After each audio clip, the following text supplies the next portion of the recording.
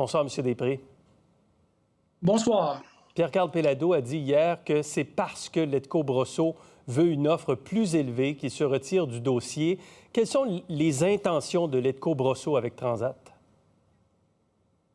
Premièrement, j'aimerais juste faire un petit point là, en disant qu'on respecte beaucoup Monsieur Péladeau. On pense que c'est un gestionnaire extraordinaire. Et puis, d'ailleurs, notre société, Letco Brosseau, est un actionnaire de longue date de Québécois. Et puis celle-ci a réalisé des très bons rendements pour nos clients. Donc, on respecte beaucoup les qualités de gestionnaire de M. Péladeau.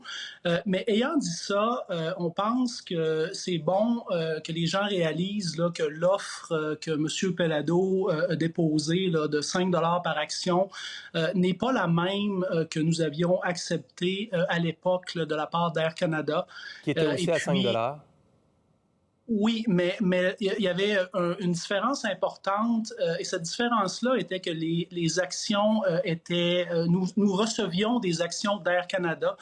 Donc, à ce moment-là, l'échange, les actions d'Air Canada se transigeaient à 17 $ par action. Et puis, à notre avis, là, les actions d'Air Canada étaient fortement sous-évaluées.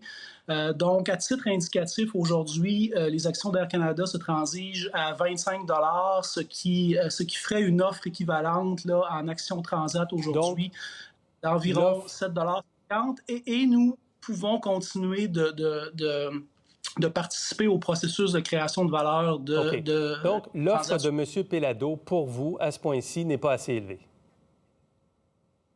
À ce point-ci et dans le futur, nous croyons que Transat, dans sa forme actuelle, a tous les éléments pour réussir et prospérer.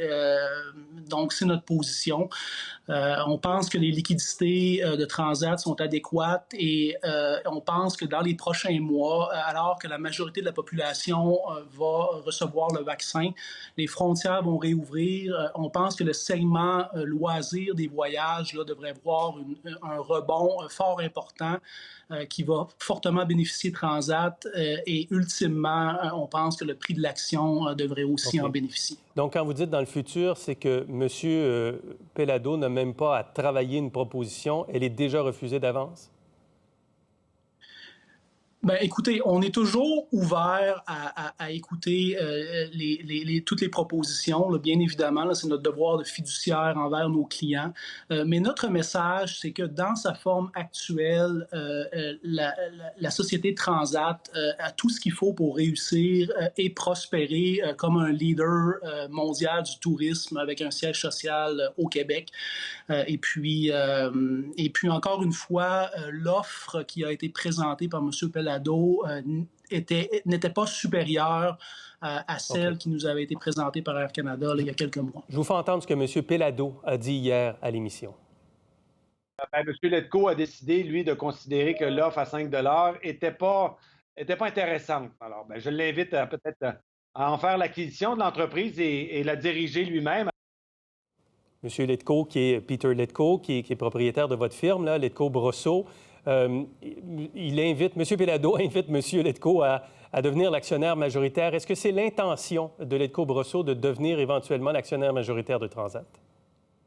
Non, absolument pas. Nous, on veut que Transat, encore une fois, dans sa forme actuelle, on pense que Transat a tous les éléments pour réussir. Les liquidités sont adéquates.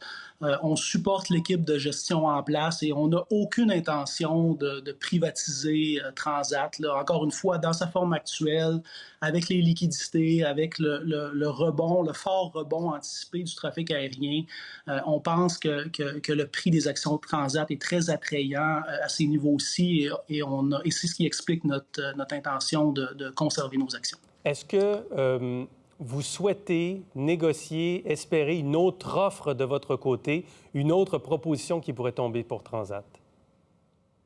Encore une fois, nous, notre focus est vraiment sur la création de valeur sur le long terme et puis on pense que Transat a tout ce qu'il faut pour réussir et puis on n'a pas besoin On n'a pas besoin d'une autre offre ou quoi que ce soit. Là, on pense que les liquidités de 700 millions sont plus qu'adéquates. On pense que dans les prochains mois, on va assister à un fort rebond du tourisme et puis du trafic aérien. Et puis ça, on peut voir avec notre expérience au sud de la frontière, qu'est-ce qui se produit. Et puis aussi, Transat, juste avant la pandémie, là, il faut se rappeler qu'ils avaient fait des investissements importants dans leur flotte. Ils avaient rajeuni leur flotte, simplifié leur flotte, ce qui veut dire que les coûts d'opération là, vont être beaucoup plus faibles.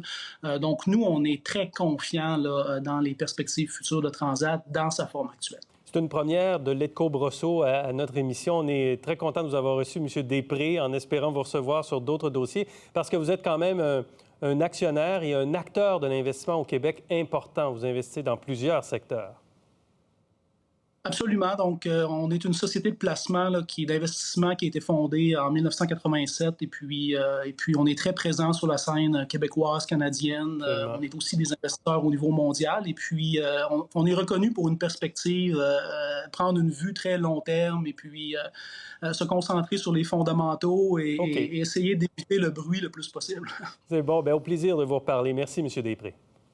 Merci beaucoup. Bonne soirée. Pour voir nos émissions en entier, rendez-vous sur la chaîne ICI RDI.